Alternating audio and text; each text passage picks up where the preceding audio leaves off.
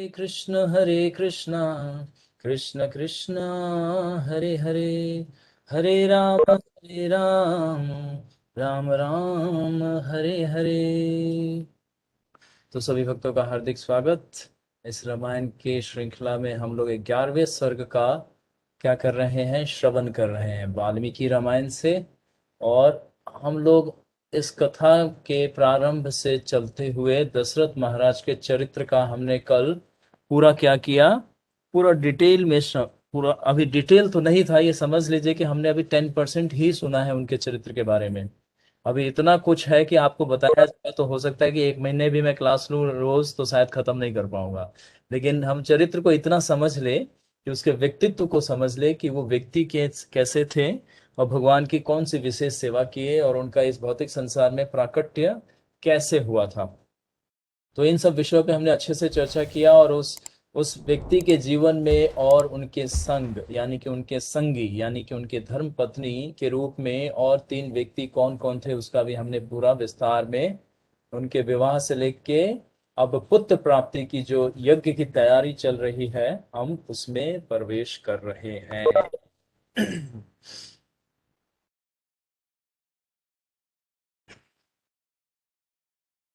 तो आप सभी वैष्णव भक्तों और भक्तनी यानी कि वैष्णवी डिवोटी से मेरा आग्रह यही रहेगा हर बार की तरह कि आप आज भी उत्साह दिखाएं। और कल हमने क्या क्या चर्चा किया था आप लोगों को बताएं, थोड़ा थोड़ा पॉइंट शिक्षा के साथ।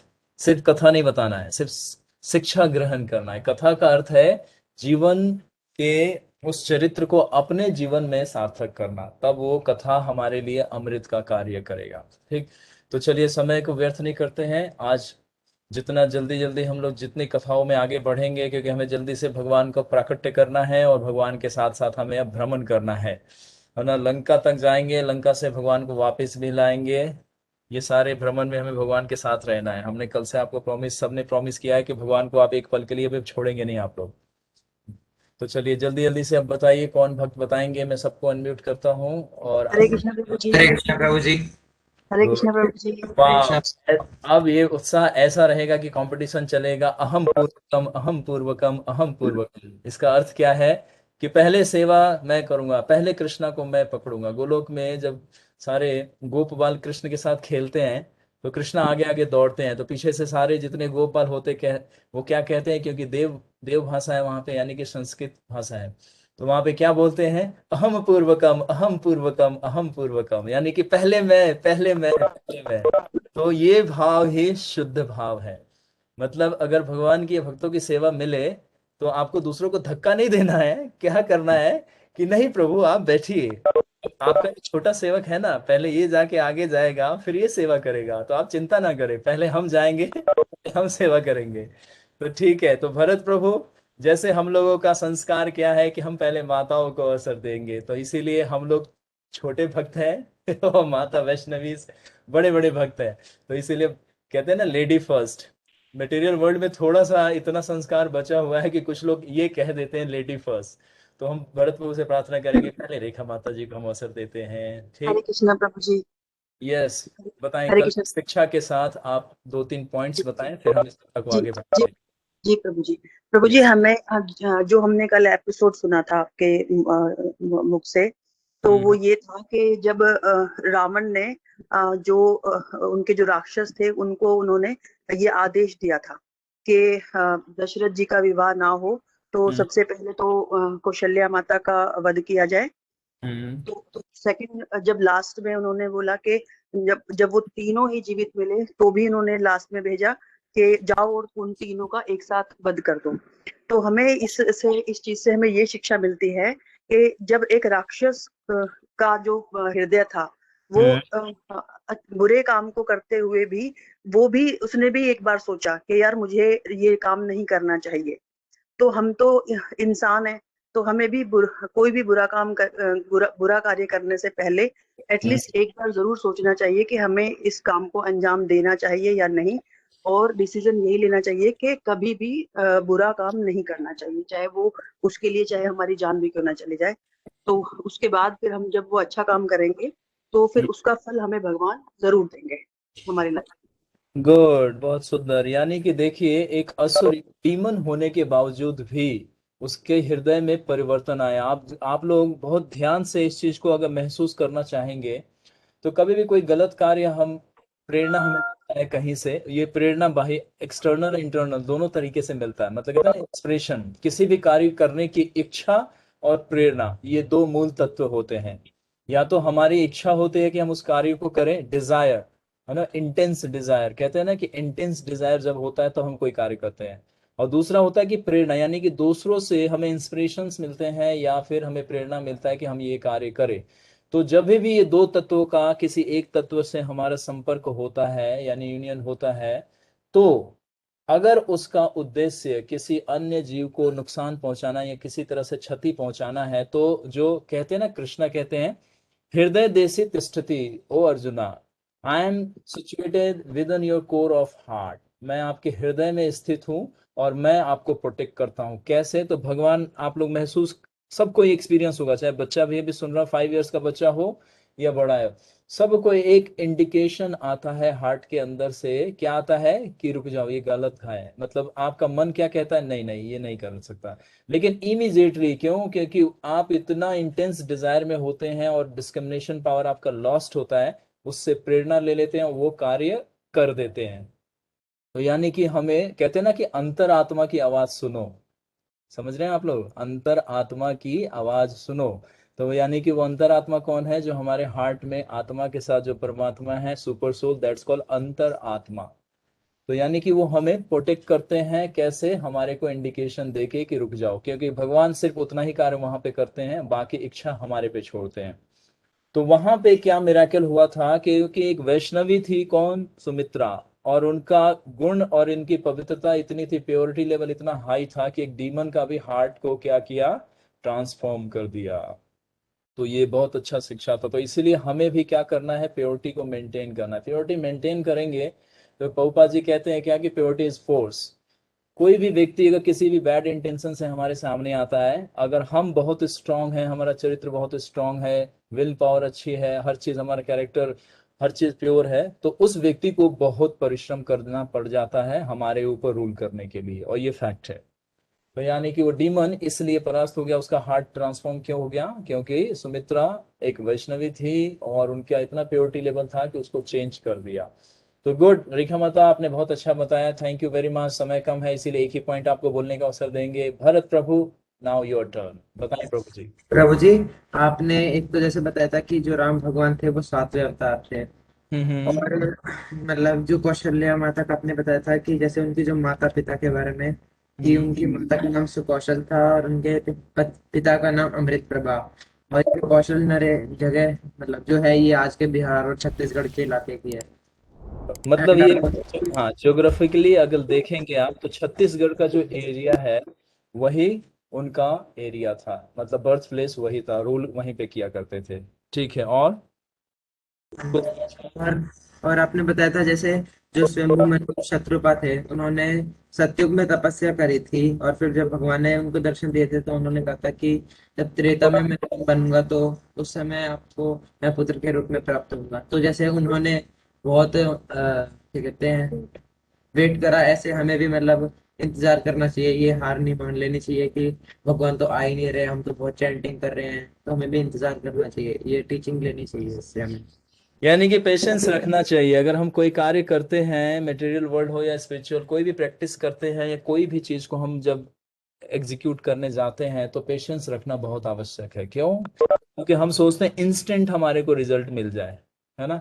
हम सोचते हैं ये काम अभी किया, इमीडिएटली इसका रिजल्ट आना चाहिए। मीन डूअर मेंटालिटी, मतलब आई एम द कर्ता, आई एम द डूअर। कहते हैं ना, प्रकृति अर्थानी कर्षति, अहंकार विभुर आत्मा, कर्ता अहम इति मन्यते। तो जिस दिन ये हमारा ये मेंटेलिटी चला जाता है, उसी दिन कृष्ण हमारे को रिवार्ड कर देते हैं, क्योंकि हम तो डूअर है ही नहीं। तो गुड, ये भी आपने एक अलग डायमेंशन बताया, गुड। और कोई पॉइंट है? टीचिंग्स बताइए कोई और, यस्टरडे क्लास से। प्रभु जी इतना ही पता है मुझे। Thank you Bharat Prabhu. Anybody else, कोई और बताना चाहेंगे? बहुत अभी सारे भक्त आ गए हैं, बताइए। कोई कोई नहीं बताएंगे तो फिर मैं आगे, फिर 11th सर्च से मैं नेक्स्ट स्टोरीज अब शुरू करेंगे। बताइए कोई और भक्त। 3 काउंटिंग, हरि बोल 1, हरि बोल 2, हरि बोल 3। Thank you very much. तो कल हमने ये कथा सुना था कि कैसे दशरथ महाराज का जो सुमित्रा और कौशल्या का मैरिज स्टोरी क्या था, बिहाइंड द कर्टन कैसे उनका मैरिज हुआ, और रावण 3 टाइम फेल हुआ उनको, मतलब 3 time fail to attempt to make, है ना, उन दोनों को हत्या करने में। और आगे भी ये फेल होता रहेगा। अंशुल प्रभु हमारे आई थिंक इसमें अभी आए नहीं, उनको पता चल जाए कि ये मूर्ख व्यक्ति था, कौन, रावण, बहुत बुद्धिमान नहीं था ये।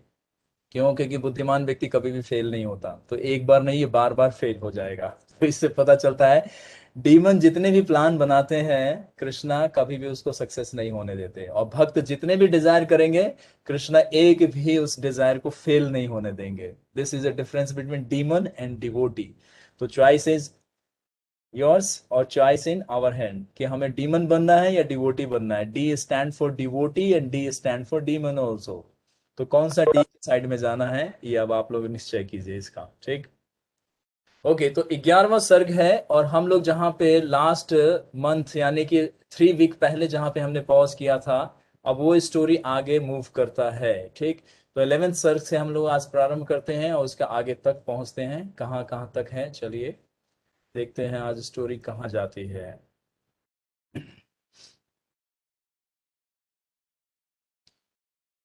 हरे कृष्णा।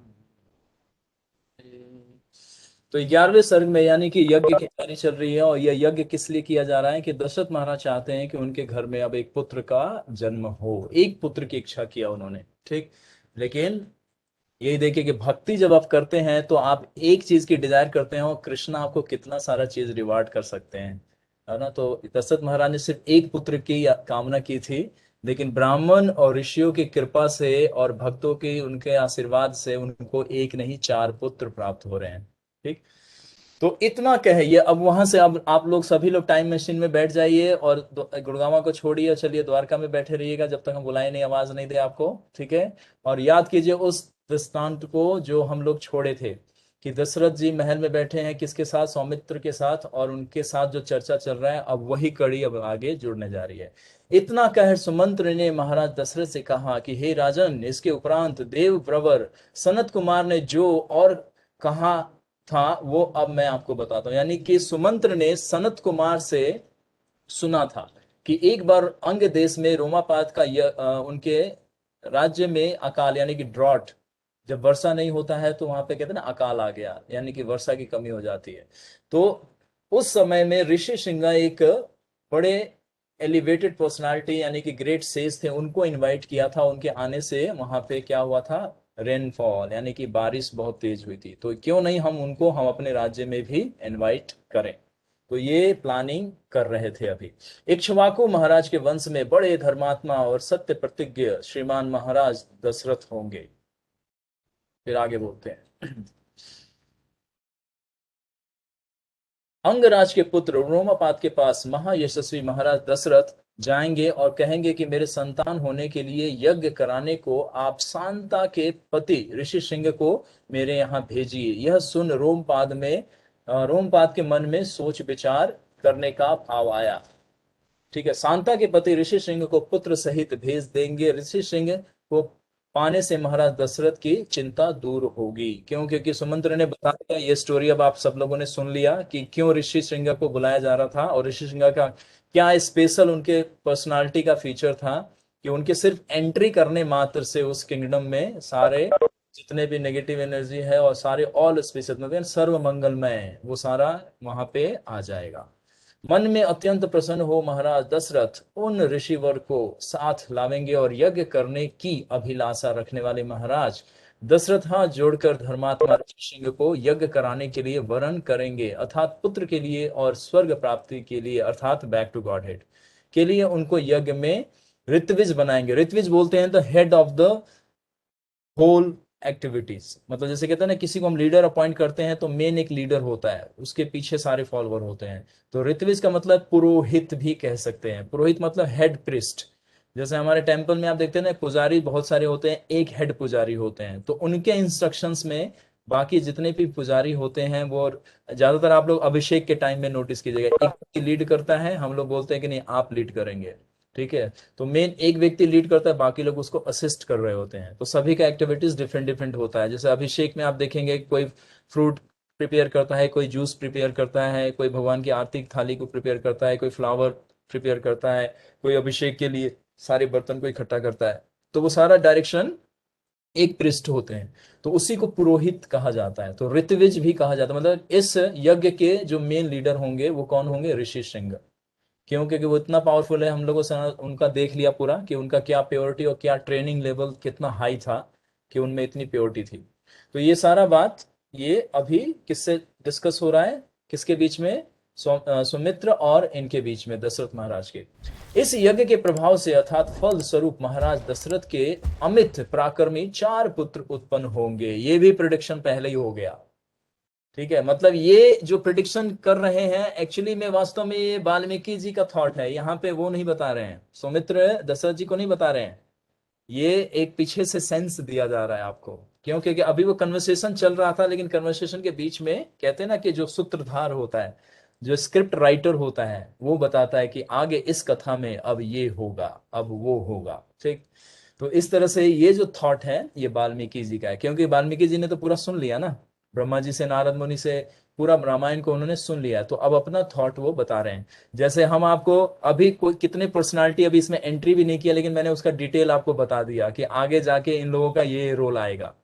तो अब आप लोग रामायण तो अभी सुने भी नहीं, लेकिन पहले से ही उस पर्सनालिटीज के बारे में जान गए, तो आपकी क्यूरियोसिटी और बढ़ गई अब, और इंटरेस्ट आ गया कि वाह, अब देखो अब ये जब कैरेक्टर एंट्री करेगा तो उसका क्या मतलब फीचर है, उसका बैकग्राउंड क्या है, और वो क्यों आ रहा है, इस पूरे सीन में उसकी एंट्री क्यों हो रही है। तो क्यूरियोसिटी बढ़ गई ना आपकी, और इंटरेस्ट भी बढ़ गया आप कि अब जब वो पात्र आएगा इस रोल में, तो आपको बड़ा इंटरेस्ट होगा और देखने में आपको समझ में आएगा कि कितना सुंदर तरीके से व्यक्ति एग्जीक्यूट कर रहा है अपने एक्टिविटीज को। तो उसी तरह से यहाँ पे 4 पुत्र उत्पन्न होंगे, ये वाल्मीकि जी का थॉट है। ये सौमित्र और दशरथ जी को तो अभी पता भी नहीं है, उनको तो ये पता है कि यज्ञ से एक पुत्र प्राप्त होगा, ठीक। वे पुत्र वंश बढ़ाने वाले और सारे संसार में विख्यात होंगे। इस प्रकार सनत कुमार जी ने यह कथा बहुत पूर्व अर्थात इस चतुर्युगी के प्रथम सतयुग में कही थी। अतः हे नर नरशादल, आई डोंट नो यहाँ पे वर्ड है, आप स्वयं सैनिकों और सवारियों सहित जाकर उन ऋषि सिंह को आदर पूर्वक लाइए। महाराज दशरथ ने सूत अर्थात सुमंत्र की कही यह कथा अपने गुरु वशिष्ठ जी को बुलाकर सुनाई। जब सुमंत्र से ये पूरा, देखिए यहाँ पे स्पिरिचुअल मास्टर का और स्पिरिचुअल गाइड का कितना इंपॉर्टेंट रोल होता है। अब आप लोग कहते रहते हैं ना कि प्रभु जी, अंतरात्मा प्रभु जी हमारा सर खा जाते हैं, कोई गलती होती है तो इतनी इतनी डांट लगा देते हैं कि पता ही नहीं चलता, हमें लगता है कि कहाँ फंस गए आके।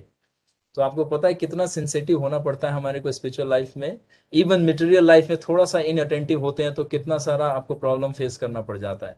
तो यहाँ पे देखिए एक इनका एडवाइजर है, ये लीगल एडवाइजर इनको समझ सकते हैं आप लोग, एज ए लीगल एडवाइजर और स्पिरिचुअल एडवाइजर भी, क्योंकि सुमंत्र कोई ऑर्डिनरी एडवाइजर नहीं है, वो स्पिरिचुअली भी धर्म के ज्ञाता हैं, नोअर ऑफ द रिलीजन, और सेम टाइम उनके फ्रेंड भी हैं, और सेम टाइम उनके मिनिस्टर भी हैं। तो जब दशरथ महाराज इनसे सारा सुन लेते हैं कि ये करना है, तो वो किसको बुलाते हैं, जो उनके फैमिली प्रिस्ट हैं, और वो है वशिष्ठ जी, ठीक है। वशिष्ठ जी को वो बुला के उनसे भी कंसल्ट करते हैं कि हमने ये प्रिपरेशन किया है, नाउ वी कैन मूव, मतलब अब हम क्या आगे बढ़ सकते हैं इसके अलावा। तब ये इनको क्या मिलेगा, यहाँ पे ब्लेसिंग मिलेगा। तो यानी कि हम जब नीचे के लेवल पे किसी से, जैसे फॉलो वन प्रिंसिपल है वो यही है कि किसी से भी कोई भी चर्चा कीजिए, लेकिन एग्जीक्यूशन की बात आएगी जहां पे आपको अब अपने लाइफ में उसको इम्प्लीमेंट करना है, तो आपका जो मेन व्यक्ति जो रिस्पॉन्सिबल है उसके नॉलेज में होना बहुत जरूरी है। क्यों? क्योंकि वो व्यक्ति आपको ए टू जेड आपके हर चीजों से अवेयर है, आपके मटेरियल लाइफ से, आपके फैमिली लाइफ से, आपके स्पिरिचुअल ग्रोथ से, आपका प्रैक्टिस लेवल, हर चीज वो जानता है। तो वो जब डिसीजन देगा तो आपके फेवर में बिल्कुल फेवरेबल होगा। तो इसीलिए दशरथ महाराज जानते थे कि वशिष्ठ मुनि हमारे स्पिरिचुअल मास्टर भी हैं, हमारे फैमिली प्रिस्ट भी हैं, और वो नॉलेज में भी हमारे सुमंत्र से और अन्य जो यहाँ पे मिनिस्टर है उनसे सीनियर हैं ये वशिष्ठ मुनि, राइट। तो यहाँ पे ये चीज बहुत इंपॉर्टेंट है कि हम जब भी कोई पता है ना कि हम टीच लर्निंग कहीं से भी ले, लेकिन जब एग्जीक्यूशन की बात आएगी, जब अपने जीवन में उसको उतारने की बात आएगी, तो जो हमारा मेंटर, जो हमारा स्पिरिचुअल गाइड है, उसको जरूर इन्वॉल्व करना चाहिए। ये इसमें मैक्सिमम 80 से 90% लोग फेल हो जाते हैं। तो आप लोग अब इस पे विचार करिएगा।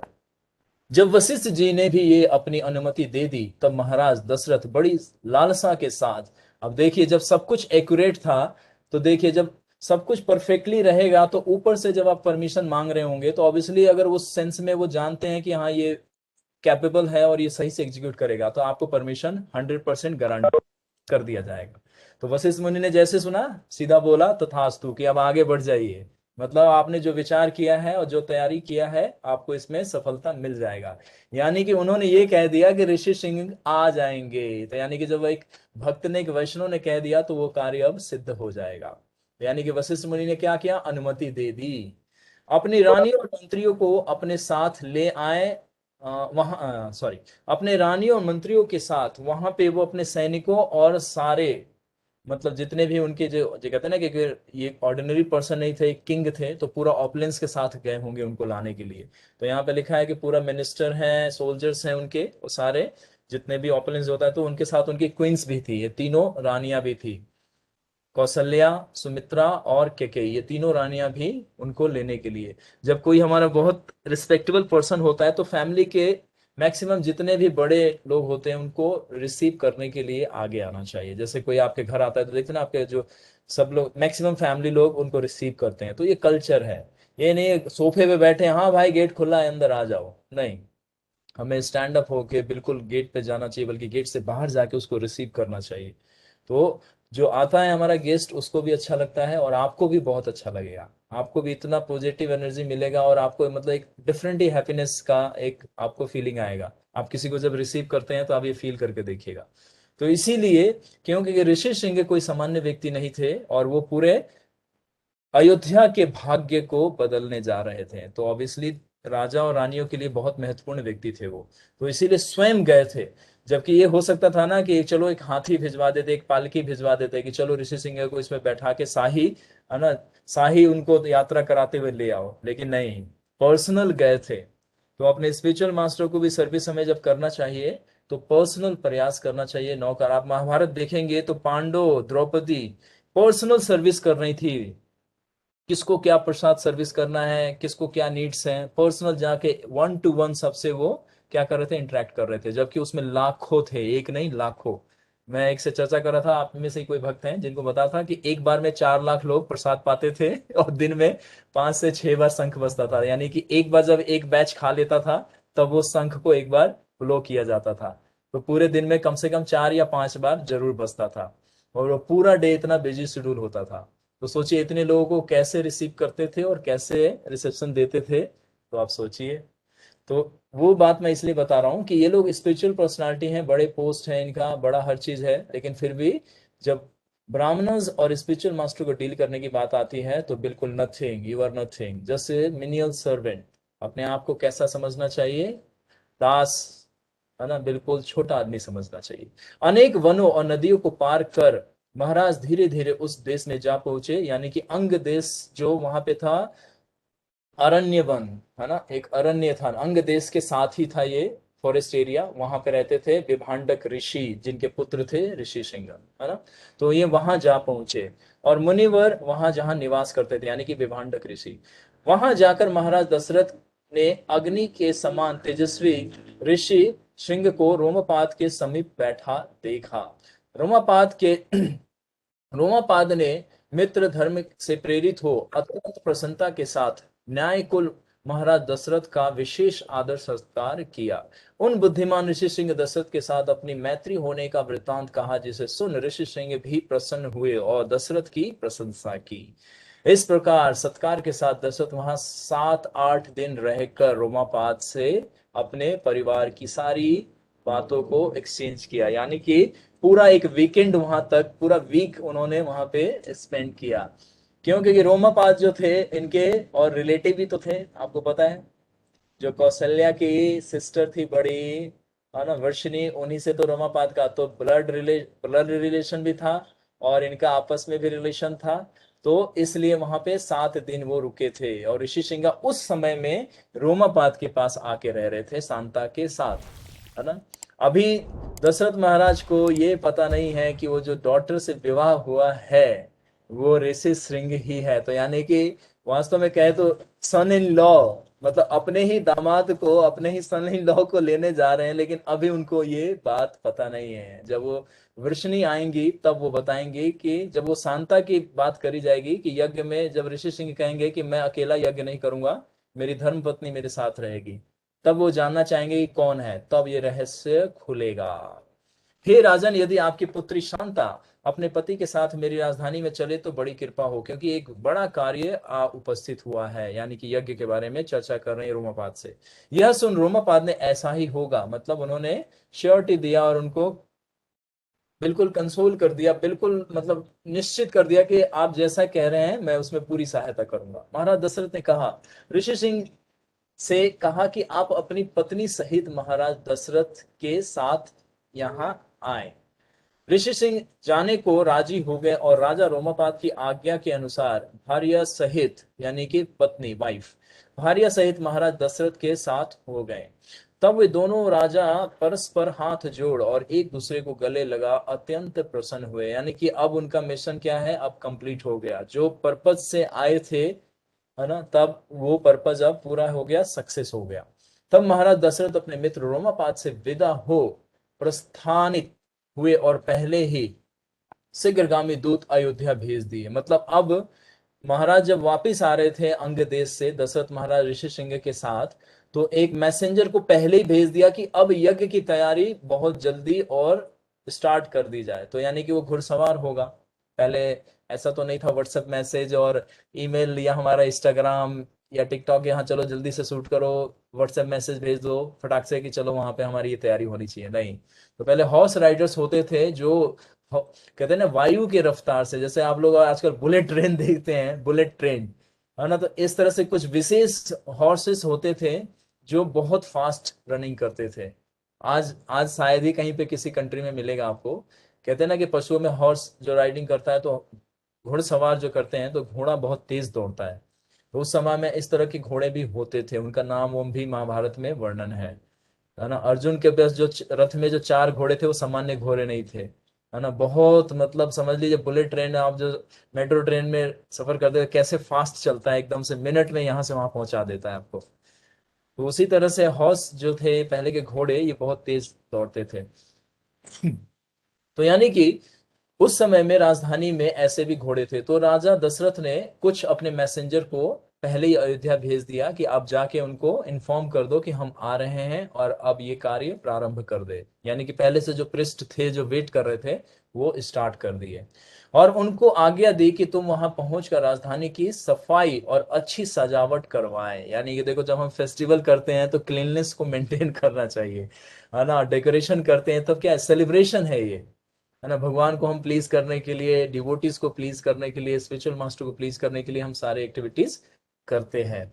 सड़क पे, है ना, सुगंधित जल का छिड़काना, यानी कि कहते हैं ना रोज वाटर और केवड़े का वाटर या फ्लावर्स को मिक्स करके पूरे रोड को वो किया जाता था, वाटर से स्प्रिंकल किया जाता था। मैं आपको बताया था ना अयोध्या में एवरीडे, है ना, रंगोली मतलब बनता था पूरे सड़कों पे, पूरे सड़कों को फूलों से ढक दिया जाता था। सोचिए कितना सुंदर लगता होगा, एक दिन नहीं, every day, every day.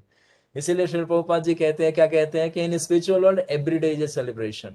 Material world में तो हम जन्माष्टमी एक बार मनाते हैं, कोई फेस्टिवल पूरे साल में एक बार मनाते हैं, आप लोग अपना बर्थडे एक बार मनाते होंगे, लेकिन spiritual world every day is a celebration, every day. तो इसीलिए वहां पे अयोध्या में एवरी डे। लेकिन अब क्योंकि अब एक विशेष स्पेशल ओकेजन होने जा रहा है, यज्ञ होने जा रहा है, तो अब इसलिए थोड़ा स्पेशल होगा हर चीज यहाँ पे।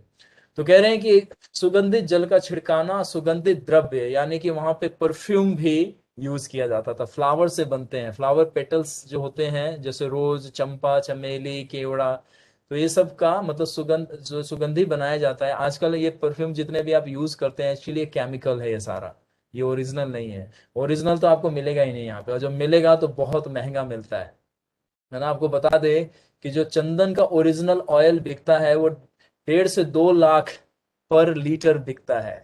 1.5 से 2 लाख पर लीटर बिकता है। अब आप लोग ये डाबर का केवड़ा जल यूज करते हैं, गुलाब जल यूज करते हैं, ओरिजिनल थोड़ी ना है। ये सब केमिकल प्रोसेस्ड किया रहता है, तो इसीलिए स्किन के लिए ये हार्मफुल होता है, बॉडी के लिए हार्मफुल होता है।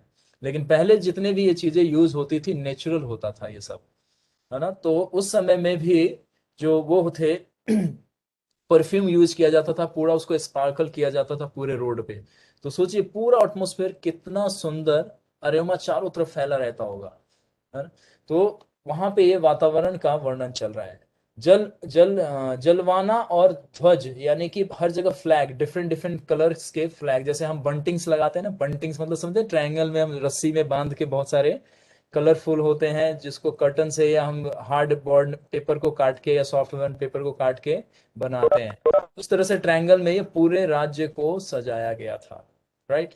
और पताकाओं से नगरी पूरी बहुत सुंदर प्रतीत हो रही। पताका मतलब फ्लैग, स्मॉल स्मॉल फ्लैग, महल के ऊपर, सड़कों पे, किनारे में, हर जगह पे डिफरेंट डिफरेंट कलर के फ्लैग। मतलब पूरे में सेलिब्रेशन था, ऑब्वियसली, क्योंकि भगवान का प्राकट्य होने वाला है और राज्य घराने का पुत्र, यानी कि अब प्रिंस यानी कि राजकुमार का जन्म होने जा रहा है, तो ऑब्वियसली सब में बहुत उत्साह है। महाराज दशरथ के लौटने का संवाद पा अयोध्या वासी बहुत प्रसन्न हुए, और जैसा महाराज ने दूतों द्वारा कहलाया था, तद अनुसार नगरी को साफ करके लोगों ने सजाया था। यानी कि हमारे को अपने घर का, ये नहीं कि ऑल्टर की सफाई महीने में एक दिन या हफ्ते में एक दिन करें, एवरीडे आपको क्लीन करना चाहिए। Obviously detail cleaning everyday possible नहीं है, लेकिन शॉर्ट क्लीनिंग जो डेली चीजें होनी चाहिए वो करना चाहिए। भगवान का ड्रेसअप रोज चेंज करना चाहिए, ऑल्टर अप डाउन इनसाइड से जहाँ पे मकड़ी छुप जाती है, छिपकली छुप जाते हैं, उन सब एरियाज को बहुत अच्छे से क्लीन रखना चाहिए। ऑब्वियसली हमारे भगवान है, ऐसा नहीं है कि हम तो अपना परफ्यूम लगा के एवरीडे क्रिच प्रेस किया हुआ अपना क्लोथ पहनते हैं, बाहर घूमते हैं, लेकिन भगवान को एक, गणपति जी को जैसे देखे ना कि जो लक्ष्मी गणपति को रखते हैं अपने घरों में लोग, मैंने ये 90% से 95% लोगों के घर में देखा है, सिर्फ दिवाली के रात्रि को वो दिन लाल कपड़ा एक लपेट देते हैं, उसके बाद कहते हैं बस आपके लिए इतना ही है। और हम लोग पूरे ईयर में कितना सूट पे कितना पैसा खर्च करते हैं। हाँ, लेकिन भगवान की जब बारी आती है तो कुछ भी नहीं कर। इसीलिए प्रभुपाद जी ने हमारे मंदिरों में कितना सुंदर भगवान का डेकोरेशन करते हैं। लोग कहते हैं इस्कॉन वाले पैसा खर्च करते हैं, सब व्यर्थ का है, लोगों को खिला दे, गरीबों को खिला दे तो उनका भला हो जाएगा। तो उनको क्या पता कि हम जो खर्च कर रहे हैं वो उसके वास्तव में ओरिजिनल प्रोप्राइटर और ओरिजिनल राइट्स उन्हीं का है। गरीबों को भी हम खाना खिला रहे हैं, ऐसा नहीं है, खिचड़ी प्रसाद और प्रसाद खिलाया जाता है। लेकिन जो भगवान का श्रृंगार होता है, तो एक्चुअली भगवान है, वो कोई सामान्य व्यक्ति नहीं है। हम लोग इतना अपने ऊपर एक्सपेंस करते हैं, अगर भगवान जो हमें सब कुछ दे रहे हैं उनको हमने थोड़ा बहुत भी डेकोरेट कर दिया, तो जो एनबीएस पीपल होते हैं उनको ये सब माइंड में उल्टी सीधे विचार आते हैं कि ये भगवान को इतना डेकोरेट करने की क्या जरूरत है, आफ्टर ऑल क्या है, मूर्ति है, पत्थर है, उसमें कोई जान थोड़ी नहीं है। तो मूर्ख, आपको क्या पता कि वो पत्थर भी हमारे से बात करती है, वो पत्थर भी हमारा प्रार्थना सुनता है, और पत्थर भी हमारे बनाए हुए भोग को स्वीकार करता है। अब इसमें बहुत सारी कथाएं आएंगी तो आपको प्रूफ करेंगे, और साइंटिफिक रीजन भी है इसका, ठीक। तो ये मूर्ख लोग, एथीस्ट लोग होते हैं जो नहीं जानते कि हमें भगवान की सेवा कैसे करनी चाहिए। तो यहाँ पे दशरथ महाराज ये अपने मैसेंजर को ये सारा इंस्ट्रक्शंस दे के भेजते हैं, और पूरा राज्य में इस तरह से डेकोरेशन होता है। और अभी रोमापाद और ऋषि सिंह आए नहीं है, अभी ऑन द वे हैं वो लोग। ऋषि सिंह का धूमधाम से नगर में इंद्र के समान, है ना, इंद्र के समान पराक्रमी महाराज दशरथ द्वारा आगत स्वागत हुआ देख समस्त पूर्ववासी बहुत प्रसन्न हुए। यानी कि जितने भी सिटीजन थे, everybody is very much happy, सब लोग बहुत खुश थे। जैसे हमारा कोई नोन व्यक्ति, रिलेटिव हमारे घर में आता है और सारे फैमिली मेंबर वहां पे प्रेजेंट रहते हैं, देखते हैं ना कितना जुबिलियंट वो मोमेंट होता है, वो सब लोग बहुत खुश रहते हैं, सबके फेस पे स्माइल रहता है, सभी भाग दौड़ में लगे रहते हैं, कोई कुछ लाता है, कोई कुछ लाता है, छोटा बच्चा भी बिजी दिखता है आपको, इधर उधर भागते हुए दिखेगा। मतलब हर कोई उस समय में क्या रहता है ना, एंथुजियास्टिक फील करता है अपने आप को कि कहीं कोई स्पेशल व्यक्ति आ रहा है। अंतपुर में उनके यानी कि ऋषभ सिंह के जाने पर वहां वहां भी शास्त्र विधि के अनुसार उनका पूजन किया, यानी कि अभिषेक उनका किया गया। जैसे हमारे घर में हम किसी को रिसीव करते थे ना, जैसे जनरली कॉमन वे में गले लगाते हैं, नमस्ते बोलते हैं, शेक हैंड करते हैं लोग, लेकिन पहले जब इस पर्सनालिटीज आते थे तो उनका अभिषेक होता था, चरण अभिषेक। अभी आगे जब दृष्टांत आएगा तो बताएंगे चरण अभिषेक होता है क्या है। तो यहाँ पे खाली शॉर्ट में लिखा है कि उनका पूजन किया गया, यानी कि उनको, जैसे कहते हैं ना कि कोई पर्सनालिटी, स्पिरिचुअल पर्सनालिटी है तो उनकी आरती करते हैं, उनके पैर को हम लोग वॉश करते हैं गंगा जल से, मिल्क से, गुलाब जल से, फिर उनको तावल देते हैं, फिर उनको आसन देते हैं, फिर उनको गार्लैंड ऑफर करते हैं। ये सब प्रोसेस है एक्चुअली, और ये सारा कल्चर हम लोगों का लॉस्ट है। तो हम लोग मॉडर्न तो होते जा रहे हैं लेकिन अपने कल्चर को भूलते जा रहे हैं। तो इसीलिए यहाँ से हमें ये सब वापस लाना है, ये कल्चर, ये क्योंकि हमारा जीवन यही है, यही हमारा जीवन है। महाराज ने मुनि को प्रवर के आगमन से अपने को कृतकृत माना, यानी कि बहुत अपने को धन्य माना उनके ऋषि के आने से। ऋषिवर के साथ उनकी पत्नी बड़े बड़े नेत्रों वाली शांता को आई देख अंतपुरवासिनी सब रानियों ने बड़ा आनंद मनाया। शांता भी साथ में आई, यानी कि ऋषि सिंगा की वाइफ, यानी कि भगवान लॉर्ड राम की एल्डर सिस्टर भी साथ में है। ठीक है, तो इस तरह से 11वां जो सर्ग है यहाँ पे समाप्त होता है, यानी कि अब ऋषि सिंह कहाँ आ गए, अंग देश से अब अयोध्या नगरी में एंट्री कर चुके हैं, महल में जा चुके हैं, उनका रिसेप्शन हो गया। रानियों और विशेषकर महाराज दशरथ द्वारा पूजे जाकर शांता अपने पति ऋषि सिंह सहित रणवास में, यानी कि अब उनके लिए जो कहते हैं ना रेस्टिंग प्लेस जो बनाया गया था उनके लिए, वहां पे वो दोनों हस्बैंड वाइफ जाके रेस्ट करते हैं। तो ये 11वां सर्ग यहाँ पे समाप्त होता है, क्योंकि अभी समय है तो एक और सर्ग का आज प्रारंभ कर देते हैं। ठीक है, तो द्वादश सर्ग में अब प्रवेश करते हैं कि आगे अब क्या होता है। ततः ततः काले बहुतीर्थे कस्मे श्रुताये मनो मनोहरे वसंते समु अनप्राप्ते राज्ञम यष्टु मन अभवत्। इस प्रकार को समय बीतने पर जब मनोहर वसंत ऋतु आई, तब महाराज की इच्छा यज्ञ करने की हुई, है ना। इस प्रकार कुछ समय बीतने पे, मतलब इमीडिएटली ऐसा नहीं कि आज आए तो कल ही यज्ञ शुरू हो गया था। क्यों? क्योंकि अभी यज्ञ की तैयारी, क्योंकि छोटा मोटा यज्ञ नहीं, आपको शुरू में फर्स्ट और थर्ड सर्ग में आपको बता दिया गया था कितनी बड़ी, मतलब वर्ल्ड में कोई बहुत रेयर ही पर्सन कर सकता है इसको, जो वर्ल्ड का पूरा सम्राट है। तो दशरथ महाराज सम्राट थे इसीलिए करते हैं। उन्होंने खुद भी बोला था कि सामान्य कोई व्यक्ति इस यज्ञ को नहीं कर सकता, है ना। तो इसीलिए ये यज्ञ की तैयारी भी बहुत ह्यूज लेवल, मतलब बहुत विशाल लेवल पे ये सब तैयारी चल रही थी। तो कुछ समय के, यानी कि यहाँ पे दिन नहीं बताया गया है, लेकिन अब वीक, कम से कम वीक से ऊपर है ये बात। ठीक है, कुछ समय बीतने के बाद अब वो महाराज दशरथ ने ऋषि सिंह के पास जाकर उनको प्रणाम किया और वंश वृद्धि के लिए होने वाले पुत्रेष्टि, यानी कि कामेष्टि और पुत्रेष्टि यज्ञ में देवतुल्य ऋषि को यज्ञ के लिए वरण किया, यानी कि उनको as a head priest accept किया। जैसे हम किसी को, जैसे स्पिरिचुअल गाइड बनाते हैं तो जैसे परमिशन लेते हैं ना, उनसे कहते हैं कि आप मुझे मतलब गाइडलाइन दे सकते हैं, आप मुझे, जैसे अर्जुन ने बोला शिष्यते अहम साधि मां प्रपन्नम, now I am a surrender soul unto you, please guide me, please instruct me. तो उसी तरह से अयोध्या में जो दशरथ महाराज हैं ऋषि सिंह को कैसे अप्रोच कर रहे हैं, मतलब उनके गेस्ट हैं और जबकि एज में और हर चीज में छोटे हैं। उनके सन इन लॉ है ना ये, तो अभी इनको पता नहीं है, अभी अभी पता चलेगा जब रोमापाद ये रहस्य खोलेंगे कि ये शांता कोई और नहीं है, आप ही की डॉटर है ये। तो अभी पता नहीं, लेकिन अभी जो है वो स्पिरिचुअल डायमेंशन से देख रहे हैं।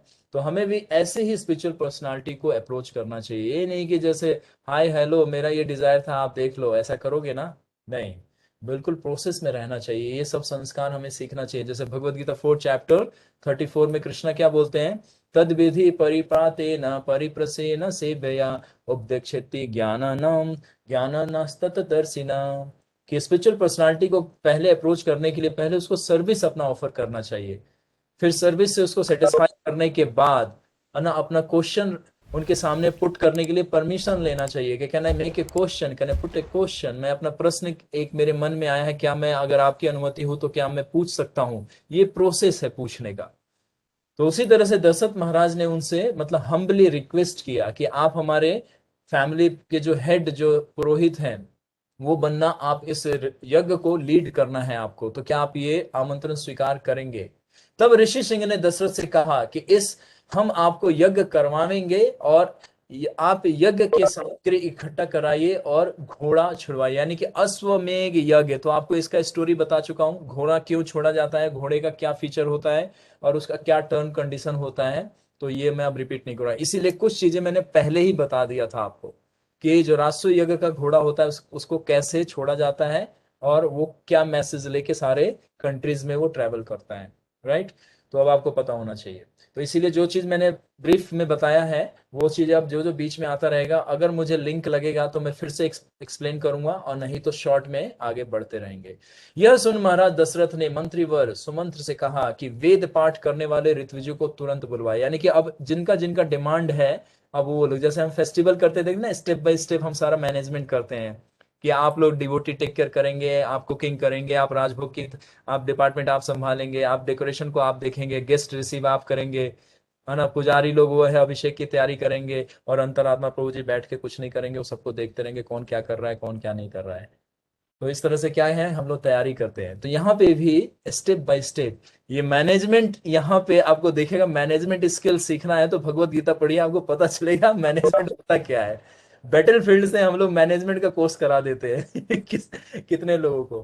ठीक है, तो यहाँ पे वही है कि हर चीज स्टेप बाय स्टेप ये अब कर रहे हैं कि अब क्या है, तो जो सामग्री चाहिए उसके लिए इंस्ट्रक्शंस दे रहे हैं। क्यों? क्योंकि अब जो ऋषि सिंह हैं उन्होंने अब हेड प्रिस्ट का वो रोल अब प्ले करने जा रहे हैं, तो उनको बहुत रिस्पॉन्सिबिलिटी से, बहुत सेंसिटिव होके हर चीज को एग्जीक्यूट करना है। तो वन आफ्टर अनदर जो जो नीड्स हैं वो इंस्ट्रक्शंस देते जाएंगे, और जितने भी मिनिस्टर हैं जो इसको एग्जीक्यूट कर रहे हैं, बाकी के जितने भी ऋषि हैं उसको एग्जीक्यूट करने के लिए वो आगे आगे वो काम को कर रहे हैं। सुयज्ञ बामन देव, जवाली, कश्यप, पुरोहित, वशिष्ठ तथा अन्य ब्राह्मणों श्रेष्ठ को शीघ्र बुलवाएं। इतने लोगों को, ये जो ये सारे ये टॉप मोस्ट हैं ये सारे लोग, मतलब कहते हैं ना, वहां पे ब्राह्मण तो अनलिमिटेड थे और ऋषि भी बहुत सारे थे, लेकिन उसमें जो कहते हैं ना कि famous famous main chief guest और मेन मेन जो थे वो ये थे, सुयज्ञ बामन देव, जवाली, कश्यप, है ना, और इन सब के हेड थे वशिष्ठ, वशिष्ठ मुनि, जो फैमिली प्रिस्ट थे, और हमारे भगवान राम के और दशरथ महाराज के ये पूरे कुल गुरु थे। तथा अन्य ब्रह्म श्रेष्ठों को शीघ्र बुलाया गया। यानी कि सेकंड क्या बोला गया कि पहले तो सामग्री, और दूसरा कि इनको जो ये लोग जो लीड करेंगे जिस जिस मंत्रा को, उनको भी इनविटेशन दिया जाए। तो देखिए स्टेप, जैसे अब मैरिज करते हैं हम लोग, जैसे मैरिज का मैंने पूरा डिटेल नहीं बताया था आपको, मैं तो खाली कुंडली के बारे में बताया था कि कुंडली मैच कैसे किया जाता है।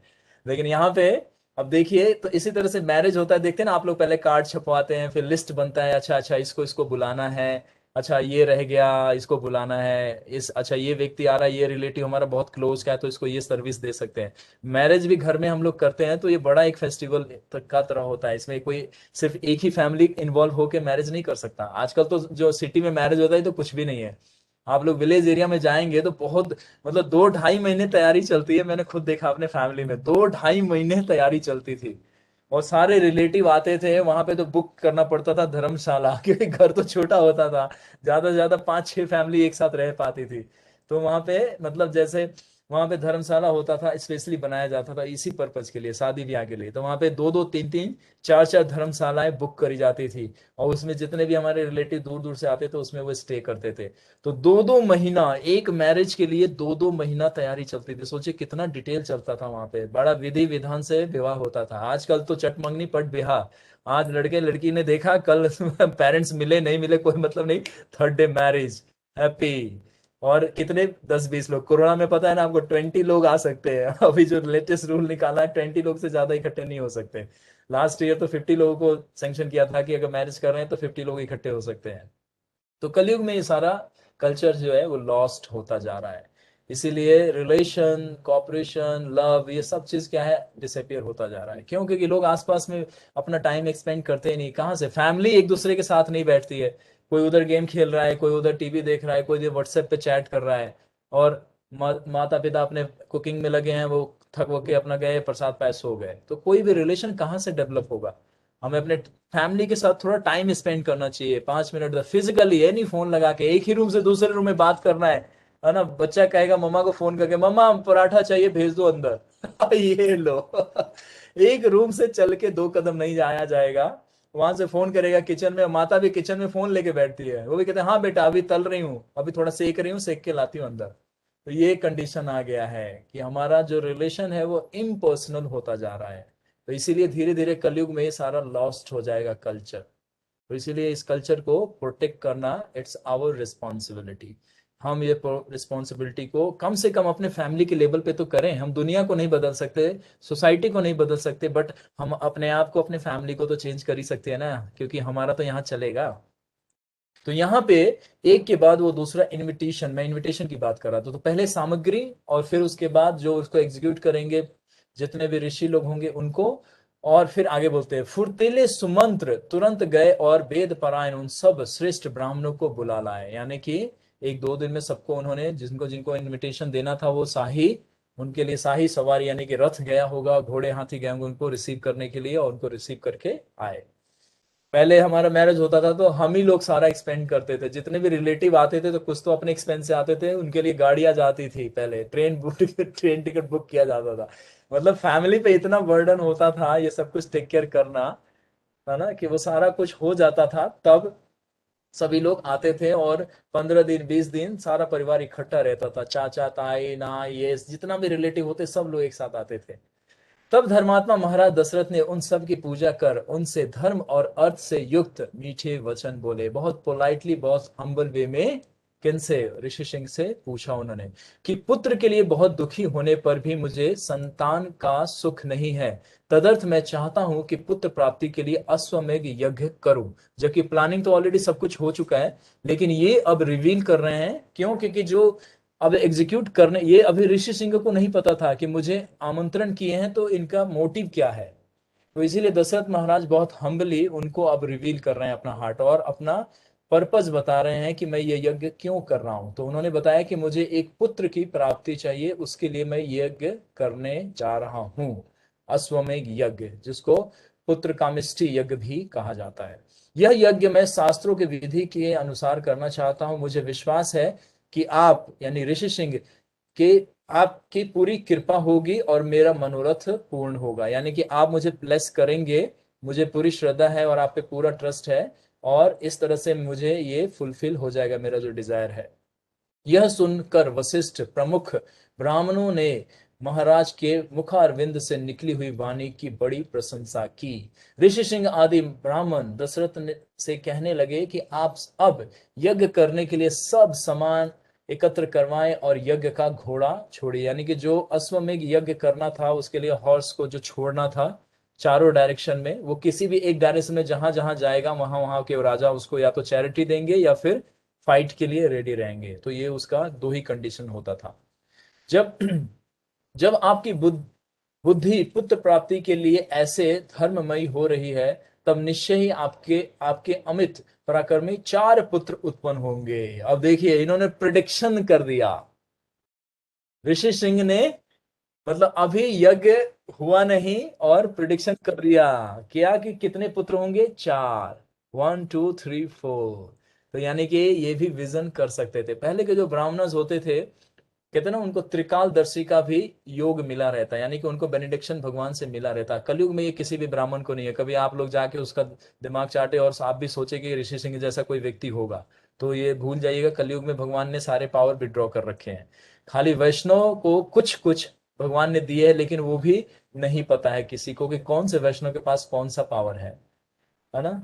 तो ये कलयुग भागवतम में 11th कैंटो में और 12th कैंटो में लिखा हुआ है कि जो कलयुग में जितने भी ब्राह्मण हैं ये सारे बोगस यानी नकली होंगे। तो इसीलिए भक्त जो है, कृष्ण के भक्त हैं और जो सारे नियमों का पालन कर रहे हैं, जो प्रमाणिक हैं, उन पे हमें ट्रस्ट करना है। बाकी लोग ये जितने हैं सारे सेल्फिश हैं, ये हम लोगों को भी दिख रहा है, और इसका गलत तरीके से हर जगह पे आपको रिजल्ट भी आता हुआ दिखता है। तो हमारी ही गलती है क्योंकि हम उनको आइडेंटिफाई नहीं कर पाते।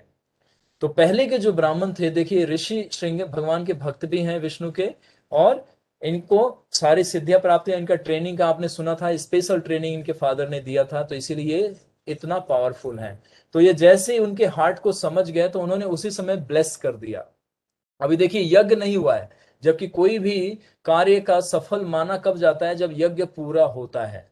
तब देवी देवता प्रकट होते हैं, या जो पुरोहित होता है,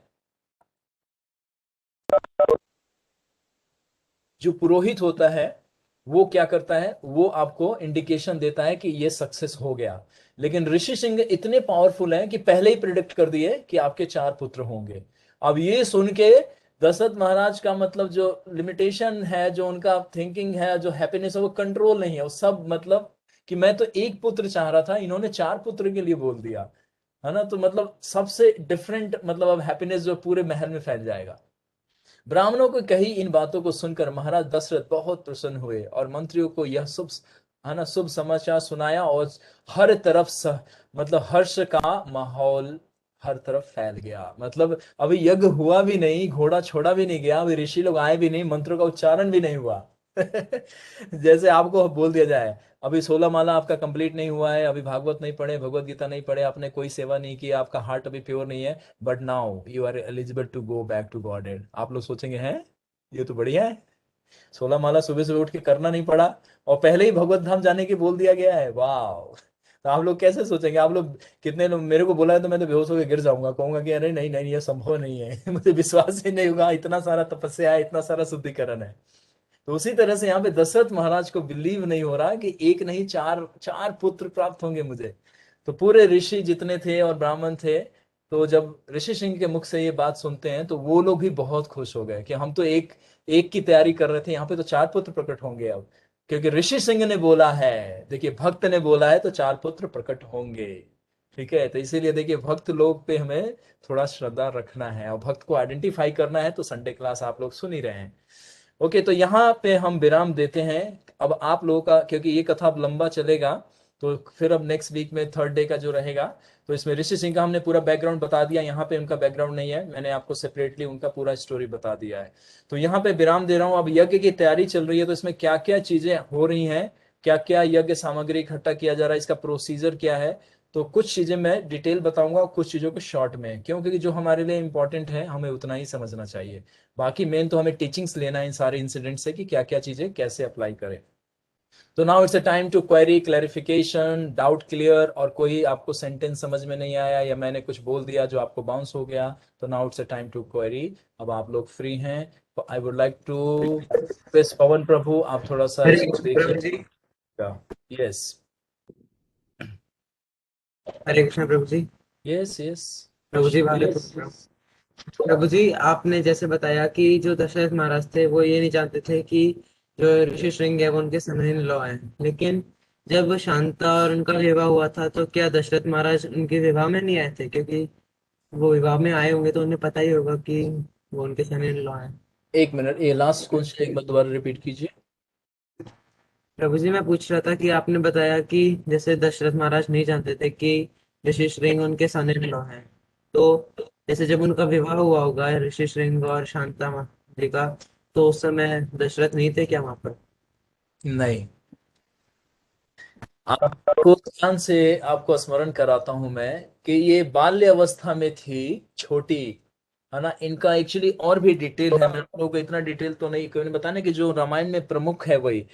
जो शांता थी बहुत छोटी आयु की थी, मतलब इनका वहां पे आयु लेकिन शिशु अवस्था लिखा गया है, तो बालक होंगी ये। तो 5 से 7 ईयर का भी हो सकती है या उससे भी छोटी हो सकती हैं।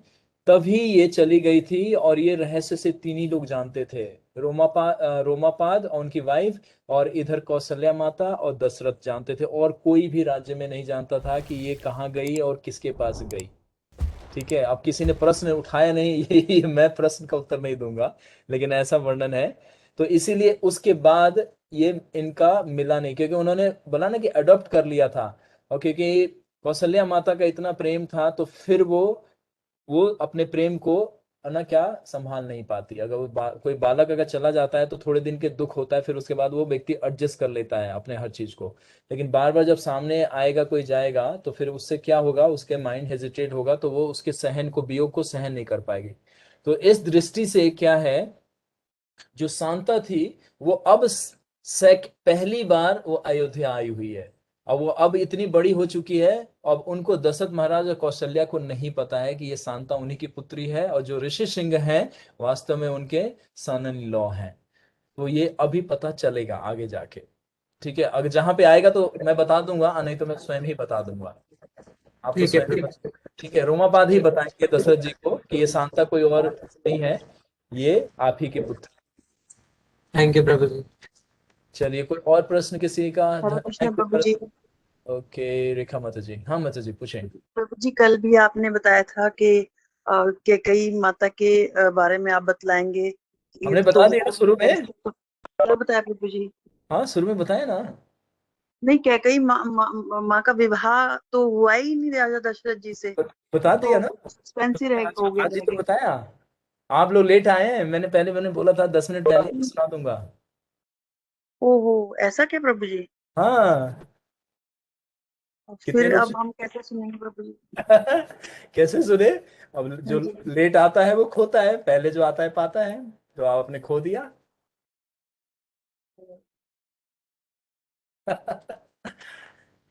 कोई और प्रश्न पूछिए। हरे कृष्ण प्रभु जी। प्रभु जी मैं तो क्यूरियोसिटी यही थी लेकर बैठी हुई हूँ माइंड में, आपको पता है आगे बढ़ ही नहीं पा रही हूँ। माइंड वहीं पे आपका रुका है कि के माता का कैसे विवाह हुआ, कैसे विवाह हुआ। ठीक है। देखिए इनका विवाह बहुत सरल है, मैं आपको शॉर्ट में बता देता हूँ आपको। चलिए आपने नहीं सुना तो फिर भी मैं आपको बता देता हूँ आपको। जी प्रभु ji, thank you so much. लेकिन शॉर्ट में बताएंगे, बहुत शॉर्ट में, ठीक है। जी। देखिए पहले आपको दो रहस्य खोल देते कि दो उन्होंने दो वर क्यों मांगे थे, क्योंकि आगे आएगा। ठीक है, मैं चाह रहा था कि वहां तक पहुंचे कथा तो मैं वहां पे बताता जब युद्ध भूमि चल रही होती। तब मैं बताता कि वो दो वर क्यों, तो फिर भी बता देता हूँ, तो वहां पे ये चीजें थोड़ी से हम कट कर देंगे। दो वर मांगने के लिए पूछा तो क्षत्रिय धर्म में भी बताया गया है कि जो छत्राणी होती है वो अपने पति से अगर एक वर एक चीज को मांगना चाहे तो वो दो वर प्राप्त कर सकती है। इसीलिए दो वर, तो दो वर मांगने के पीछे सिद्धांत था कि युद्ध के समय दो घटनाएं घटी थी।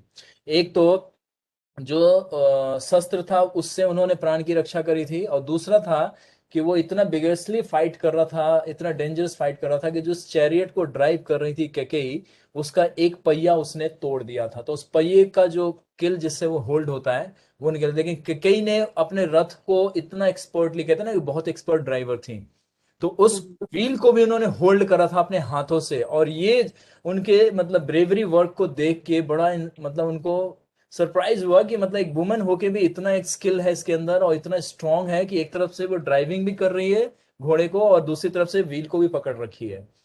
तो इन्होंने दो कार्य, एक तो रथ को प्रोटेक्ट किया था और दूसरे उनको, तो इसीलिए दशरथ जी ने बोला था कि आप मेरे से दो वरदान मांगो। वो सीधा कैसे थे ना, कोई एक वर मांग लो। लेकिन दो तो डबल उनको हैप्पीनेस मिला था, दो कार्य थे इसीलिए। और दूसरा है कि छत्रानी का धर्म है कि वो दो मांग सकते हैं, क्षत्रिय तीन वर मांग सकता है, और जो शूद्र है वो एक वर मांग सकता है, और जो ब्राह्मण है वो अनलिमिटेड भगवान से वर मांग सकता है। ठीक है। 100 वर मांग सकता है, तो एक ये था। अब इसका मैं छोटा बताता हूं कि रावण का भाई विभीषण, ये आपको फिर से देखिए, ये सब खाली शॉर्ट में आपको बता रहा हूँ कि कॉज कैसे था और कहां से क्या कारण बना इनके विवाह का, और ये विवाह इनका कैसे हुआ, बस। बाकी जब फिर कभी ऐसी आएगी इनकी चर्चा तो फिर इस पर्सनालिटी को वहां पे मैं ग्लोरीफाई कर दूंगा। रावण का भाई विभीषण सब लोग जानते हैं, पहले अपने भाई से बहुत स्नेह करता था। जब उसे ये एक मतलब जब प्रिडिक्शन करने वाले, पहले हमारे महलों में और हमारे घरों में जो पुरोहित होते थे, यानी कि जो प्रिस्ट, उनको भविष्य देखने भी आता था। वो शास्त्रों के नक्षत्रों की स्थिति से किसी व्यक्ति का भविष्य बता सकते थे। तो रावण ने भी एक ऐसे व्यक्ति को अपॉइंट कर रखा था, वो हर चीज आगे समय को पहले ही देख लेता था, उसके अकॉर्डिंग वो कार्य कर लेता था। इसीलिए बताया ना कि बहुत बुद्धि लगा के रखता था। वो बुद्धिमान तो था लेकिन इतना बुद्धिमान नहीं था कि भक्त और भगवान से पंगा ले पाए वो। तो वो भविष्य वक्ता जो वहां पे था उससे पता चला कि दशरथ के पुत्र और जनक की पुत्री रावण के अंत का कारण बनेंगे। यानी कि जनक की पुत्री और दशरथ का पुत्र, ये दोनों के डायनेस्टी से जो दो दो व्यक्ति आएगा उसका कॉज बन जाएगा वो क्या, रावण की मृत्यु का। तो रावण ने ये प्रिडिक्शन पहले ही सुन लिया, तो उसने फिर से एक असफल, कहते हैं ना कि फेल फेल होने वाला एक कारण फिर से उसने प्रयास किया। तो उसने क्या किया कि उसने एक दैत्य जिसका नाम था सुख सारण, सुख सारण ये दैत्य था। ये भी मतलब कहते हैं ना कि सारे मिस्टीरियस और मिस्टिक पावर वाले होते हैं, मायावी, इनको हिंदी में बोले मायावी। मायावी असुर मतलब कोई भी फॉर्म क्रिएट कर सकते हैं और कुछ भी बन सकते हैं। कभी माउंटेन बन सकते हैं ये लोग, कभी ट्री बन सकते हैं, कभी डिसअपियर हो जाएंगे, कभी एनिमल बन सकते हैं। जैसे मारिच, मारिच देखते ना, हिरण का रूप धारण किया था। अभी जब उसकी कथा आएगी सीता हरण में तो बताएंगे।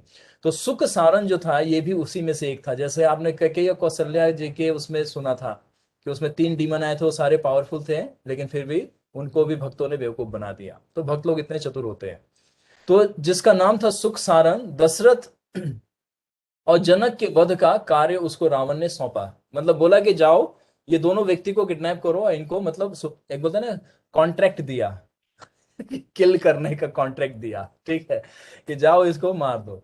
उस समय नारद जी किसी भी तरह से, वो तो दिव्य दृष्टि होती हो तो सृष्टि में कहाँ पे क्या चल रहा है उनका यही बिजनेस होता है कि कौन सा भक्त कष्ट में है और कौन सा असुर क्या प्लानिंग कर रहा है, उसकी जाके वो सहायता करते हैं कि तुम अच्छा कार्य कर रहे हो उसको और अच्छे से एग्जीक्यूट करो ताकि भगवान जल्दी से आए और तुम्हारा जल्दी से उद्धार हो जाए। तो नारद जी को ये बात पता चल गया कि रावण ने एक असफल फिर से प्रयास किया है, क्या कि जनक है ये ना, है। राजा और दशरथ इन दोनों का वध करने के लिए उसने उक्ति लगाई है और सुख सारण को भेजा है उसने। तो नारद जी ने यह बात अपनी दिव्य दृष्टि से है ना देख लिया और फिर उन्होंने रावण के भाई भविष्य के इस षड्यंत्र के बारे में दशरथ और जनक जी को बताया। यानी कि रावण और भविष्य ने ये दोनों ने मिलके बनाया था। तो ये बात किसको पता चला, मतलब ये महल नहीं गए थे लेकिन इन्होंने देख लिया क्योंकि इन लोगों को दिव्य, नारद मुनि को दिव्य दृष्टि प्राप्त है, त्रिकालदर्शी हैं, वो फ्यूचर प्रेजेंट पास्ट तीनों देख सकते हैं। अयोध्या के राजा दशरथ का एक सामंत था यानी कि सौमित्र, जो अभी चर्चा चल रही है, ये बहुत फेथफुल, बहुत ओबीडियंट और बहुत रिलायबल पर्सन थे इनके लिए, दशरथ के लिए। तो वो जब बहुत क्लेवर थे और उनका माइंड बहुत शार्प था, वो जानते थे कि नीति के अनुसार किसी को कैसे दंड देना है और नीति से कैसे किसी को प्रोटेक्ट करना है। तो उन्होंने राजा दशरथ को सलाह दी कि राजा दशरथ की एक मतलब कहते हैं ना डेमो बनाया, एक मतलब एक डीटीज बिल्कुल वैसा ही जैसे दशरथ महाराज दिखते हैं वैसा ही एक फोटो कॉपी उनकी प्रतिमा बनाई, मूर्ति, ठीक है, और वो बनवा कर महल में रख दिया बिल्कुल एज इट इज वैसा ही। और राजा को गुप्त वेश में अयोध्या के बाहर कुछ दिनों के लिए भ्रमण पर चले गए। यानी कि सौमित्र जो महाराज दशरथ थे उनको मतलब राजा के वेश में नहीं, सामान्य वेश में उनको उस पूरे अयोध्या नगरी से, क्योंकि मायावी शक्ति थी उसके पास तो वो ढूंढ सकता था और वो जान सकता था कि कहाँ पे राजा रह रहे हैं। तो यानी कि उस समय में, अब ये यहाँ पे वर्णन नहीं है कि कहाँ पे जाके रह रहे थे, अंग देश तो नहीं गए थे, रोमापाद के पास नहीं गए थे। तो जनक और दशरथ ये दोनों उस समय में अपनी अपने महलों में उन्होंने एक पुतला, ये सुमंत्र ने ये सारा प्लान किया था, उन्होंने एक पुतला बनाया और महल में रख दिया। राजा ने अपने सामंत के अनुसार यही किया। इधर राजा जनक के चतुर सामंत ने भी यही उपाय उन्हें बताया और उन्हें नगर से बाहर भ्रमण करने के लिए सलाह दी, यानी कि उन्होंने कुछ दिन हॉलीडे पे चले गए, ठीक है। इस बीच शक सारण ने दशरथ और जनक के महलों में आकर उन दोनों की प्रतिमाओं के सिर काट दिए। यानी कि ऐसा हो सकता है कि शयन होगा, उनका शयन कक्ष रात्रि का समय, तो उस पे वो पुतले को रखा था, तो बिल्कुल एज इट इज वैसा ही दिख रहा था, उसको भ्रम हो गया कि ये वही है ना। जैसे आप मूवीज में या देखते हैं, लेटेस्ट मूवीज में बहुत सारा फेस मास्क लगा लेते हैं वो लोग, तो बिल्कुल एज इट इज वैसा ही दिखता है। तो ये सब कला पहले था और हो सकता था ये सब पहले बनाने वाले भी एक्सपर्ट होते थे। तो उधर राजा दशरथ और उनके दोनों दोनों कई देशों के भ्रमण करते हुए एक स्वयंवर में पहुंचे थे जो केके राज्य था। और ये केके राज्य बताया जाता है अफगानिस्तान से थोड़ा और ऊपर की तरफ जाएंगे तो वही पहले जो राज्य था वही केके राज्य था, वहां पे केके नरेश राज्य करते थे। तो वहां पे केके का स्वयंवर का घोषणा हुआ था उसी समय में स्वयंवर का घोषणा हुआ था। और जो राजा अपने युद्ध कौशल से है ना वो स्वयंवर को जीतेगा, केके उनसे विवाह होगी। पहले ये क्षत्रिय धर्म है ना, विवाह 7 तरह से पहले विवाह होता था, तो 7 तरह से अलग अलग विवाह होता है, उसका अभी चर्चा नहीं करेंगे, बाद में जब राम सीता और राम का स्वयंवर आएगा तब बताएंगे। तो उस स्वयंवर में जनक जी भी साथ में थे और दशरथ भी। तो दशरथ जी ने अपने युद्ध कौशल से सारे जितने भी पूरे विश्व से जितने भी राजा आए थे सबसे युद्ध कौशल करके दिखाया। उस समय में अपने आइडेंटिटी को इन्होंने छुपा के रखा था। जैसे द्रौपदी के स्वयंवर में पांडव गए थे ब्राह्मण के वेश में, तो अर्जुन ने अपना वास्तव का जो उनका रियल आइडेंटिटी था उन्होंने हाइड किया हुआ था, क्योंकि अज्ञातवास चल रहा था उनका।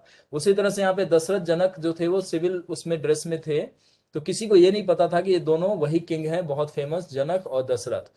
तो जब पूरे राजाओं को हरा दिया है ना, जब कैकेयी के पास गए तो जब वर पहनाया तब उन्होंने अपना रियल आइडेंटिटी कैकेयी को बताया कि मैं कोई ऑर्डिनरी पर्सन नहीं हूं, I am the king, I am the Dasharath. तो ये शॉर्ट में आपको पता चला कि ये विवाह वैसे हुआ था। फिर जैसे ही सुमिंत्र ने फिर उनको मैसेज अपने सीक्रेट एजेंट से उनको मैसेज दिलाया कि वो जो असुर था सक्सारन, वो आया था और उसने आपका वध कर दिया, यानी कि पुतले का वध कर दिया। और फिर जाके उसको न्यूज दिया क्या रावण को कि हमने अपना काम कर दिया। तो फोर्थ टाइम बेवकूफ बन गया रावण। तो कहाँ से अकलमंद है, बेवकूफ बन गया। तो इस तरह से शॉर्ट में बताया आपको कि जो केकई कथा स्वयंवर इस तरह से था कि वो राजाओं से मतलब सिविल ड्रेस में गए थे और राजाओं को हरा के उन्होंने उस स्वयंवर को जीता। वहां से उन्होंने केकई को अपना धर्म पत्नी के रूप में स्वीकार किया। जब वापिस आए तो पूरे विधि विधान के साथ उनका विवाह संपन्न हुआ। हरे कृष्ण प्रभु जितेंद्र कौन बोल रहे हैं? जितेंद्र दुबे। ओ जितेंद्र प्रभु जी, ओके ओके गुड। हाँ बोले प्रभु जी, हाँ क्या प्रश्न है? हाँ, प्रभु जी जो अश्वमेध यज्ञ का अ, राजा लोग करते थे, उसका अश्वमेध यज्ञ का? basic- राजा जो किसी भी इवेंट पे यज्ञ करते थे, अश्वमेध यज्ञ, उसका हम्म। सिंबॉलिक क्या है? किसी एम पे होता था या सिर्फ अपने राज्य का विस्तार करने के लिए होता था, या कुछ और सिंबॉलिक होता था? क्या चीज था, मतलब उसका बेसिक कंसेप्ट क्या था? वैदिक अश्वमेध कंसेप्ट क्या है? अश्वमेध यज्ञ करने का इसका दो या तीन मुख्य डायमेंशन समझ लीजिए। कि परम जो सबसे प्राइम जो है कि विष्णु भगवान नारायण को या कृष्ण को प्रसन्न किया जाता है यज्ञ करके, ठीक है, पहला प्राइम। दूसरा है कि जो राज्य का विस्तार जब करना होता है ना, राज्य का विस्तार करना होता है कि ना, एक छत्र राजा। तो जैसे दशरथ महाराज, पृथु महाराज, ध्रुव महाराज, प्रहलाद महाराज और हमारे युधिष्ठिर महाराज, ये लोग वर्ल्ड के एक इकलौते एम्परर होते थे, मतलब सम्राट। इनको सम्राट बोला। राजा तो एक क्षेत्र का हो सकता है, लेकिन जब सम्राट की उपाधि दी जाती है तो कई देशों को अपने अधीन रखता है। तो दशरथ महाराज का ये भाव था, क्योंकि आपने अयोध्या का पूरा वर्णन सुना था, तो उनमें इनका पूरा डिस्क्रिप्शन जब चल रहा था, तो उनका यही भाव था कि इस पृथ्वी पे कहीं पे भी अधर्म उत्पत्ति ना हो जाए, अधर्म की उत्पत्ति ना हो। तो ये भाव से वो सोचते थे कि जो कुछ थोड़े बहुत राजा हैं वो किसी भी समय में अधर्म का सहारा ले सकते थे। तो उनका भाव यही रहता था कि इनको भी अपने अधीन रखा जाए। और अधीन रखने का मतलब ये नहीं कि उनको गुलाम बना दिया जाए या उनके साथ अत्याचार किया जाए, नहीं, मतलब धर्म के अनुसार उनको शासन करने के लिए प्रेरित किया जाता था। तो अश्वमेध यज्ञ में क्या होता है, आपने ये डिस्क्रिप्शन शायद इंट्रोडक्शन में मैंने बता दिया था, आप शायद उस समय मिस किए होंगे, फिर भी शॉर्ट में बता रहा हूँ कि इसमें यही किया जाता था। घोड़ा जो छोड़ा जाता था, जिस राज्य में वो जिस दिशा में भी जाएगा, उस दिशा में जो जो राज्य या जो जो देश आएगा, और उस वहां के राजा, अगर उस घोड़े के ऊपर एक मस्तक पे गोल्डन प्लेट पे लिखा रहता है कि ये घोड़ा किसने छोड़ा है, तो वहां पे राजा दशरथ का नाम, राज्य का नाम और उद्देश्य लिखा रहता था कि अगर आप इस घोड़े को पकड़ के अगर आप चुनौती देते हैं तो दशरथ महाराज की पूरी सेना उस घोड़े के पीछे चलती थी, तो उससे युद्ध करना होगा आपको। और जब वो युद्ध में परास्त हो जाएगा तो पूरे अयोध्या की जितनी सेना होगी, मतलब राजा के जितनी सेना, उन सबसे युद्ध करना होगा, अंत में दशरथ को भी परास्त करना पड़ेगा। तो ये सारी कंडीशन उस पर लिखी रहती थी। तो अगर वो परास्त करने में सक्षम है तब वो चुनौती दे सकता है, और नहीं तो उसे स्वीकार करके उस राज्य का, है ना, उस राज्य के अधीन अपने राज्य को करे, यानी कि आप एक्सेप्ट करें कि आपका जो नियम और जो धर्म के अनुसार जो राज्य का कार्यभार होगा, हम उसको अपने राज्य में लागू करेंगे। जैसे आप इंडिया में देखिए, अलग अलग स्टेट है, लेकिन इस सब का एक ही प्राइम मिनिस्टर है और इन सब का एक ही प्रेसिडेंट है। अगर ये सब लोग अलग अलग प्राइम मिनिस्टर बन जाएं और इस तरह से 3240 लोग इसको रूल करने लग जाएंगे, तो मेन जो रूलिंग पावर है वो सेंटर यानी दिल्ली से ये हर चीज ऑपरेट होता है। कहते हैं ना, कैपिटल है, यहाँ पे हर चीज जो डिसीजन बनता है वो पूरे स्टेट में चला जाता है। तो उसी तरह से दशरथ महाराज का और पहले का ये रूल ही होता था कि एक छत्र राजा होते थे। ये धीरे धीरे जैसे जैसे युग का पतन हुआ है, तो धीरे धीरे ये राजा फिर इरिलीजियस होते गए और अपना अपना राज्य, जैसे अभी देखिए इंडिया में ही कितने जोन बना दिए गए। अभी पंजाब स्टेट को भी कुछ लोग कह रहे हैं कि उसको एक अलग ही सिख का कंट्री बना दिया जाए। बताओ ये क्या मतलब डेविएशन आ रहा है ना। बांग्लादेश को अलग हटा दिया, पाकिस्तान को अलग हटा दिया, अफगान, ये सब पहले क्या है, भारत के क्षेत्र था सारा। भारत का मतलब ये सिर्फ भारत का जो ज्योग्राफी देख रहे हैं ये नहीं, भारत का मतलब पूरा पृथ्वी भारत, पहले ये था। पृथ्वी भारतवर्ष से ये पृथ्वी को बोला गया है, ये सिर्फ क्षेत्र को, एक ज्योग्राफी में जो देख रहे हैं, जो इंडिया का नक्शा देखते हैं पिक्चरों में जो दिखाया जाता है ये हमारा भारत, नहीं वो नहीं, पूरा पृथ्वी भारत था। तो ये सिद्धांत के अनुसार वो यज्ञ करने के लिए उनको चुनौती देना, और नहीं तो अगर चुनौती नहीं लेते हैं तो फिर उनके अधीन होके अपने शासन को उस शासन के अकॉर्डिंग किया जाता था। तो ये दो है। और तीसरा डायमेंशन ये था कि जब भगवान प्रसन्न होते हैं तो इसमें देवी देवता, अभी आगे चर्चा होगी जब कल नेक्स्ट वीक में जब पढ़ेंगे, तो इसमें देवी देवता सभी आते हैं अपने यज्ञ का भाग लेने के लिए। और देवी देवता दशरथ जी को और जो ऋषि सिंह है उनकी इच्छा जानेंगे। तो जो इच्छा तो आपको पता ही है, अग्निदेव प्रकट होंगे और अग्निदेव क्या देंगे, और फिर भगवान विष्णु आएंगे फिर वो क्या देंगे, फिर इसी तरह देवी देवता क्या क्या उनको वरदान देते हैं। तो ये यज्ञ का ये मूल कारण है, जो 3-4 मोटे अस्त्रों पे आप समझ पाए। क्लियर है जितेंद्र प्रभु जी? ओके, तो आई होप कि सबका आंसर हो गया। अब जो आंसर रह गया तो नेक्स्ट वीक तक आप लोग प्रतीक्षा कीजिए। तो अब ये कथा फ्लो में चलेगा और बीच में जो फिर आएगा तो फिर वहां पे पॉज करेंगे और फिर उस पर्सनालिटी का आगे हम कथा आपको लेके चलेंगे।